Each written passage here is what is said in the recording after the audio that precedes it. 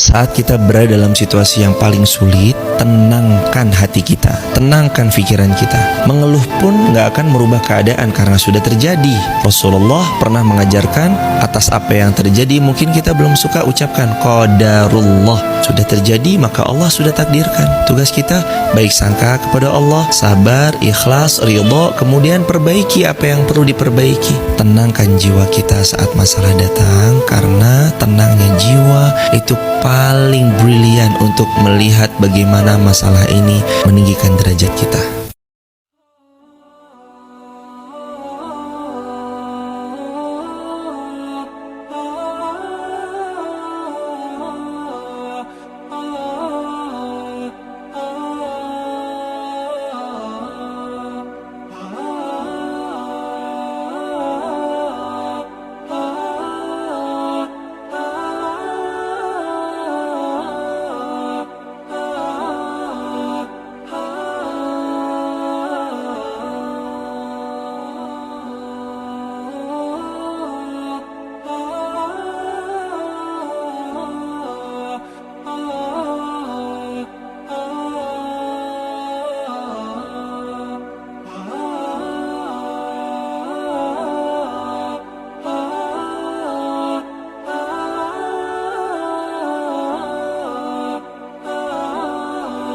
Jangan bersedih ketika kau didustakan.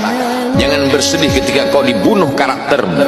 Jangan berduka cita ketika tidak ada manusia yang menerimamu.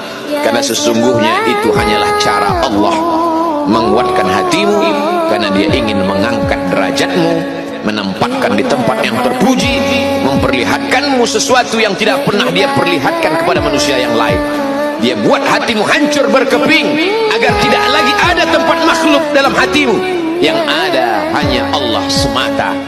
Ma fi qalbi ghairullah.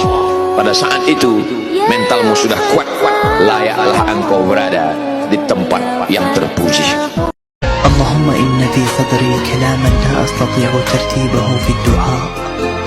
Faya Rabb, anta a'lamu bi nafsi minni, fahaqiq ma atamannahu wa arih bali wa qalbi ya Allah. Tidaklah Allah mempercepat, tidak juga Allah memperlambat, tapi Allah pasti akan memberi di waktu yang tepat. Cepat belum tentu baik, lambat juga belum tentu buruk, karena Allah yang paling tahu kapan seorang hamba itu menerima hadiah takdir terbaik darinya. Ikhtiarkan saja yang terbaik, lakukan saja yang terbaik. Semoga yang disemogakan Allah segerakan. Ya Allah, wahai Rabbku, jika Engkau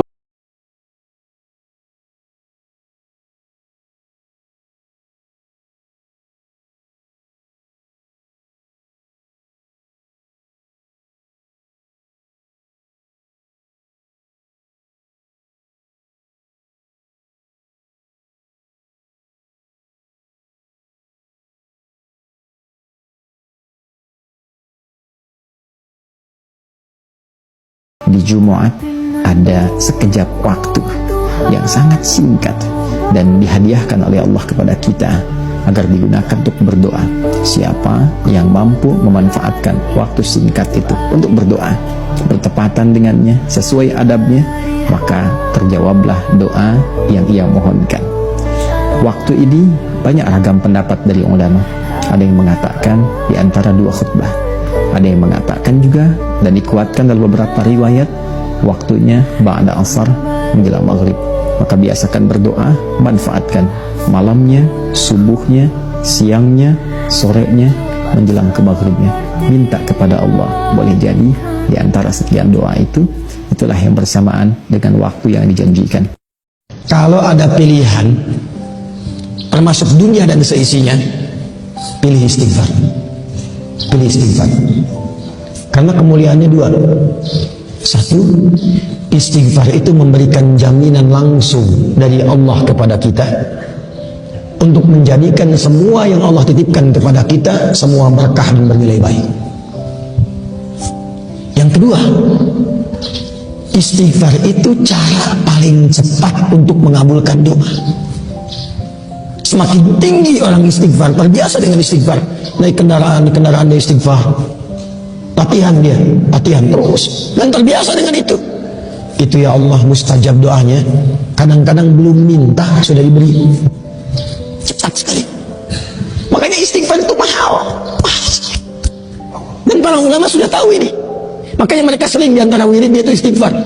Dan zikir kita pertama ba'da sholat itu Assalamualaikum warahmatullahi, Assalamualaikum warahmatullahi. Bukankah istighfar?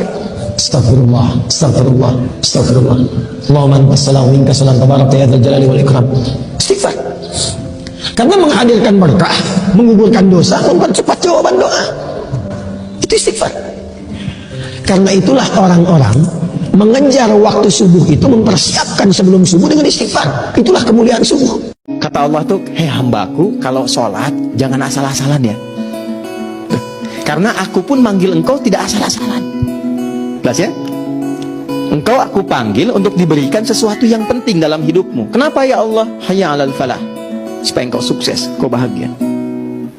Kok bisa tiba-tiba Anda mau buka yang lain, keluarnya ceramah ustaz? Terus muncul di beranda.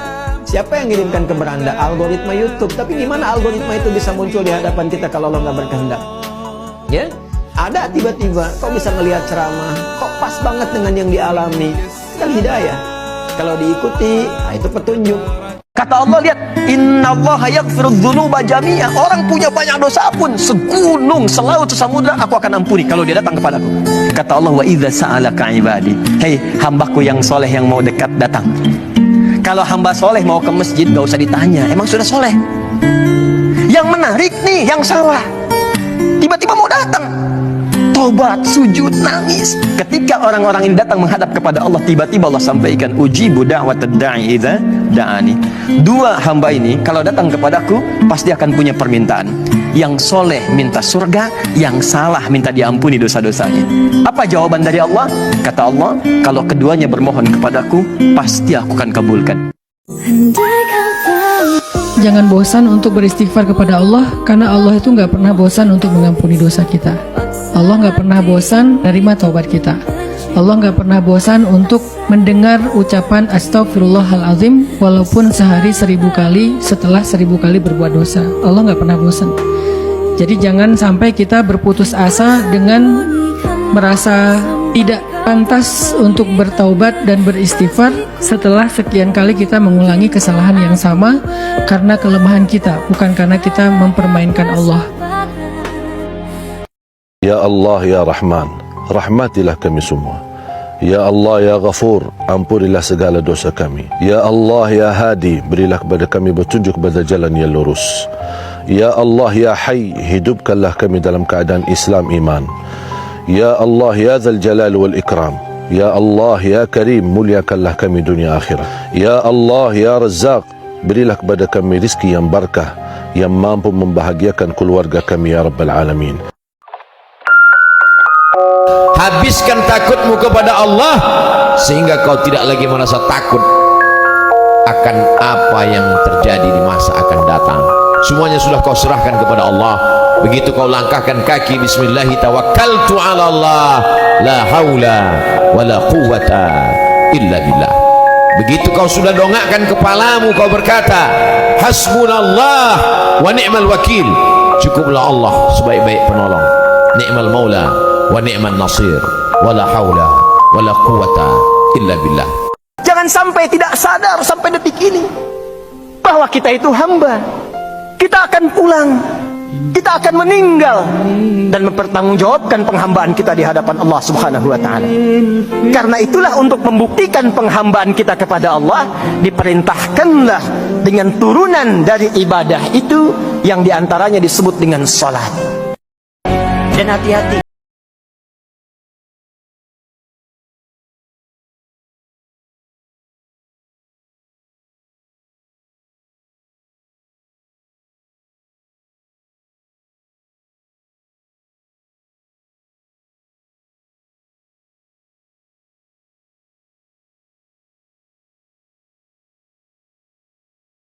Gak jelas. Sekarang soleh, suatu saat bisa saja gak soleh. Yang sedang gak soleh, suatu saat soleh. Sesuatu yang mungkin rubah kok kamu fanatik, gimana? Nalarnya gimana? Coba kita tahu dulu, Wahsy itu pembunuh Hamzah, akhirnya mati mukmin, ya gak? Padahal orang yang sangat dibenci Rasulullah karena membunuh Sayyid siapa? Hamzah. Sa'labah yang tukang itikaf di masjid akhirnya su'ul. Kita tidak pernah. Lah kalau nggak pernah tahu ya tidak usah terlalu fanatik biasa. Kalau di surat Al-Ahqaf ayat 15 itu sindirannya tajam. Kamu merasa kaya, merasa hebat, merasa sukses. Padahal 70% dari saham kesuksesan itu adalah tangisan ibumu yang saat kamu masih kecil memohon kepada Allah di malam hari. Jangan jadikan anak saya seperti saya, ya Allah. Tinggikan derajatnya, banyakin ilmunya, nyamankan tidurnya. Padahal bapakmu yang peluh keringatnya itu yang saat mencangkul di sawah, serabutan bekerja. Sekarang kami simpulkan itu karena jasamu, karena kerja kerasmu. Karena itulah ketika seseorang sukses bahkan usia 40 tahun itu langsung dibimbing oleh Allah supaya tidak lupa dengan bagian pertama ini. Doanya langsung di Quran surah ke-46 ayat 15. Rabbi auzi'ni an ashkura ni'mataka allati an'amta alayya wa ala walidayya. Itulah sebabnya kenapa orang tua diikutkan di situ. Karena Allah itu kalau sudah cinta pada seorang hamba bukan dikasih dunia, dikasih musibah. Ya, kasih musibah supaya dengan musibah itu lebih lekat dengan Allah. Allah itu cemburu, maha pencemburu. Jangan ada dunia yang dia pikirkan, ingin dipikirkan itu hanya Allah saja. Kalau sudah dekat dengan Allah, maka segala yang dianggap kurang itu akan dikembalikan dengan sangat luar biasa berlimpah. Jadi kalau Allah sudah pilih Anda untuk berubah menjadi baik, Anda sendiri tidak memilih baik, berarti bukan Allahnya yang salah. Anda sendiri yang menghambat diri sendiri untuk berubah menjadi baik. Maka bertakwalah kepada Allah, senangi diri kita, berbahagialah. Karena ketika Anda sudah mulai berada di majlis ilmu dengan ustaz manapun, maka itu tanda pertama Allah menginginkan kita berubah menjadi orang baik. Raka'atul fajri khairum minad dunya wa ma fiha. Orang yang konsisten menunaikan 2 rakaat sebelum subuh, maka Allah cukupkan kebutuhan dunia untuknya. Tidak diperbudak dunia, hartanya dicukupkan, karirnya dicukupkan, pekerjaannya nyaman, tenang. Itulah rahasianya sahabat selalu konsisten pada salat subuh, bahkan mereka berangkat dalam pekerjaan setelah menunaikan subuhnya. Itulah yang dimaksud Rabbana atina fid dunya hasanah wa fil akhirati hasanah. Yang terbaik, yang pintar, al-kayyis, dialah membangun koneksi dengan Allah yang punya segalanya. Dia kerjakan perintah Allah, dia ikuti tuntunannya, dunia dia dapatkan, akhirat insya Allah dia akan raih.